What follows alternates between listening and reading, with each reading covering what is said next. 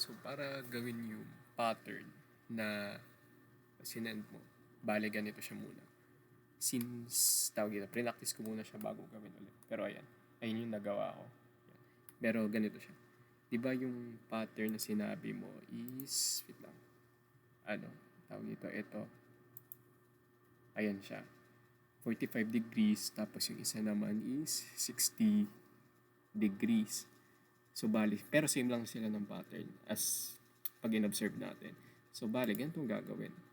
Una, gawa ka muna ng rectangle.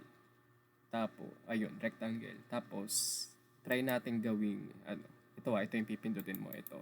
Tapos, try tayo gumawa ng 55 by 55 na rectangle. Ay, na square pala, hindi rectangle. Square. So, 55, tab, 55, enter. Yan, nakagawa na tayo. Tapos, ang next natin gagawin, gawa tayo ng line sa baba niyan. Ayan. Ayan, nakagawa tayo ng line. Tapos, natin, pindutin muli ulit yung line. Tapos, ito, i-trace lang natin yung line na to. Ayan. Tapos, left click, then, escape. Yan, gawa na natin. Tapos, pindutin mo to. Tapos, type array path. Tapos, ito naman ang pipindutin mo. Ayan, lumabas na siya. Tapos, sabi mo, di ba, 1 inch yung pagitan nila. So, ito yun. 1 inch na to. Tapos, alisin lang natin to. Then, since, di ba, dito sa figure mo, may 12 line siya. 1, 2, 3, 4, 5, 6, 7, 8, 9, 10, 11. Then ito, 12 yung dito. 12 siya. So, bale, gagawa tayo ng 12 lines dito. Isin natin to, then 12. Enter. Yan. Tapos, usog lang natin to. Yan. Okay na siya. Tapos, escape. Meron na tayong lines. Tapos, next na gagawin natin is pindutin natin ulit yung line. Then, gawa tayo dito ng line. Simula dito. So, ganyan. Pahabain mo. Walang specific na haba. Basta as long as masasakop yung buong square. Ayan. Sinsakop na. Tapos, tab ka lang. Huwag mo pakialaman yung units niya. Mag-tab ka lang para ma-edit mo yung angle niya. Tapos, lagay natin 45. Enter. Ayan na yun. Tapos, escape ulit. Then, next yung gagawin is i-copy mo lang to. Copy. Copy mo lang siya. Select natin tong base na to. Ayan. Copy mo lang siya per line.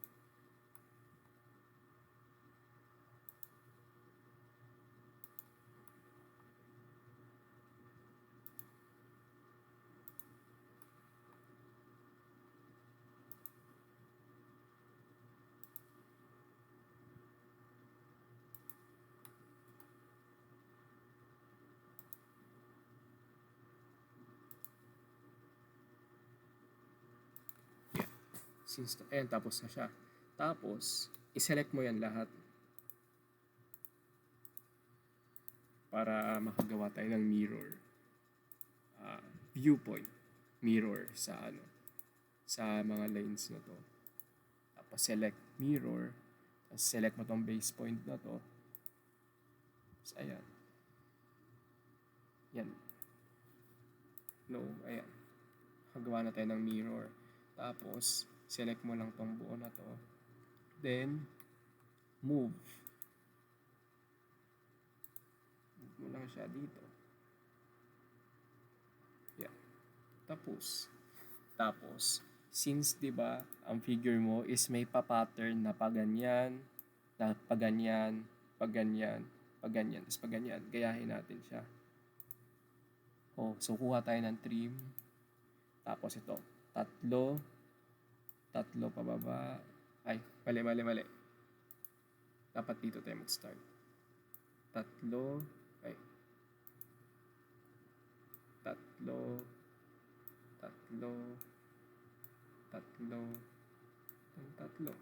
Yan, nakuha na natin siya. Tapos, next, left click, then type boundary. Enter. Tapos ito, okay. Tapos pindutin mo lang to. 1, 2, 3, 4. Tapos enter ulit. Yan. Tapos, ayun na. Pwede mo na to ilabas yung pattern na yan. Tapos copy. Yan. Yan, nailabas na natin siya. Tapos dito, gagawa natin ng pattern. So, yan. Dito. Ito, ikabit mo siya dito. Tapos ito, ikabit mo siya ulit dito.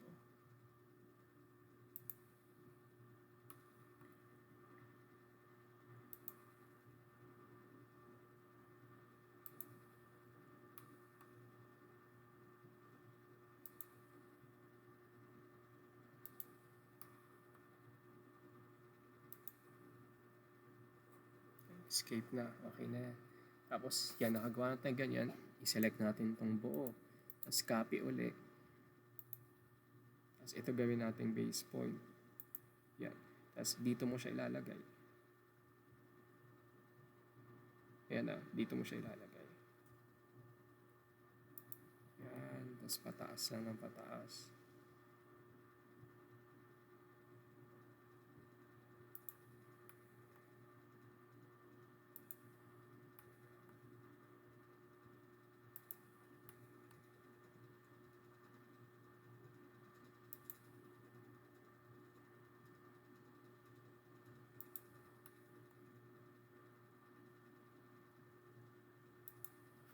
Escape. Ayan, pinagawa na tayong ganyan. As text naman, gawa ulit tayo ng box. 55 by 55.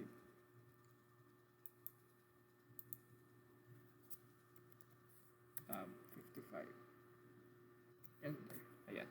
Tapos, copy mo lang ulit. Ayan. Tapos, since ganito yung pattern sa dulo, sundin natin siya. So, bale, pag ganito, tama ba?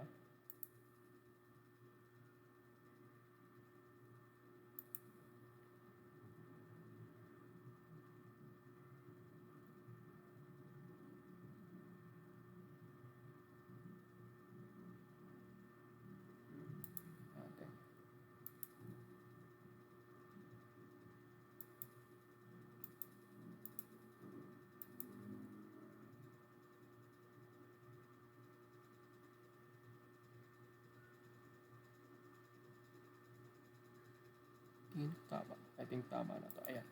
Ayan na siya. Check na natin ulit. Wait. Usog natin. Taas. Copy. Ayan, para mas kamukha niya. Ay, pili nga. I-undo natin. Ayan, ulit. Para mas kamukha niya yung sinend mo na figure. Tapos, since pag ganon nga siya tama, tingnan natin ulit. 1, 2, 3, then ito, then ito. Half pa to.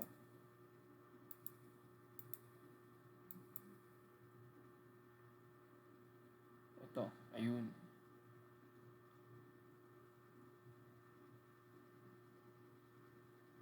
Tama ba?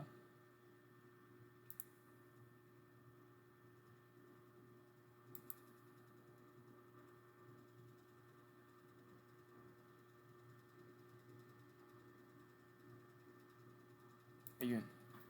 Nagawa na natin siya. Ayan na siya. Yung pattern na buo na natin. Ayan. Let's check natin kung same ba. Same. Ay, kailangan may pa-diamond dito banda. So, usog na lang siguro natin na onte. 1, 2, 3.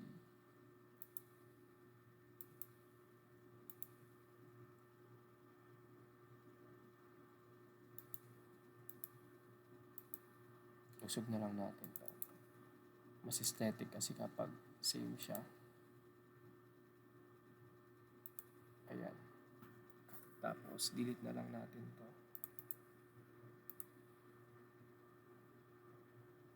1, 2, 3, 4, 5. Ba't 6?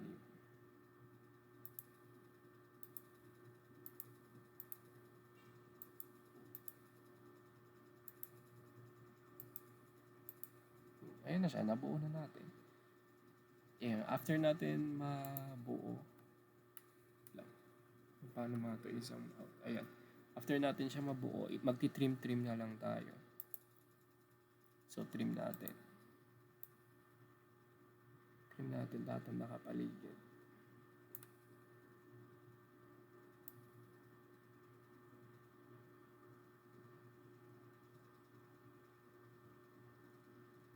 Pero sabi naman ng prof nyo, di ba, is pwede kahit anong square. So, bahala na kayo kung gaano kalapad. Ano ba yan? Sasama yung loob. Bahala na kayo kung gaano kalapad yung square na gagamitin nyo.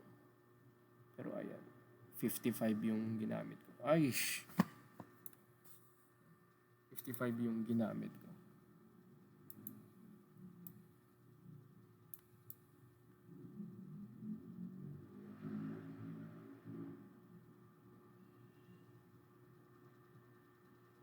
Hirap mag-trim. Kailangan talaga mano-mano mo siyang tatanggalin sa gilid.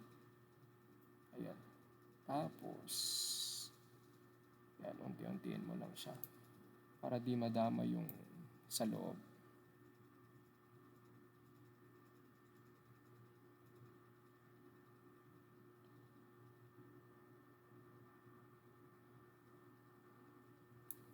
Yun. Yan, patanggal na natin lahat. Tapos, yan, select mo lang buo yan. Tapos, copy selection. Then, labas mo lang siya. Yan, meron ka ng pattern na 45 degree na figure. Yan, meron ka na.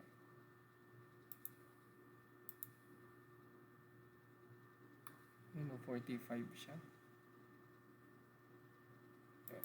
Yan, 45 degrees siya. Yan, minake sure ko lang. Ilagyan ko lang din. Pero yan, 45 degrees na siya. Tapos, next naman is 60 degrees. Tawag dito? Same lang din siya nang gagawin mo sa dito sa 45 degrees. 45 degrees. Pero, dito sa 60 degrees mo, ilan nga siya? 1, 2, 3, 4, 5, 6, 7, 8, 9, 10, 11, 12 ulit. 12 pa rin yung i-array line mo dito. Ayun. Ganun lang siya kasimple. Ganun lang siya kasimple. Pero, actually may cheat dito eh. If gusto mo, yan. Copy mo yung buo na yan. Copy. Para mag 60 degrees na agad. Di ka na mahirapan. Tapos, ang gawin mo, select mo to. Tapos, scale. Tapos, base point. Reference. Ay, hindi pala gagana. Scale angle. Hindi pala ata siya gana, nawala yung... wala. Hindi pala na scale yung angle. Kailangan mo siya ulitin. Dito. Pero, ayun. Ganyan na siya. Ganun lang gagawin. Ganun lang siya kasimple. So, ayun, end ko na. Basta ulitin mo lang yung process ng 45 degrees. Gawin mo lang siyang 60 degrees. Ayun.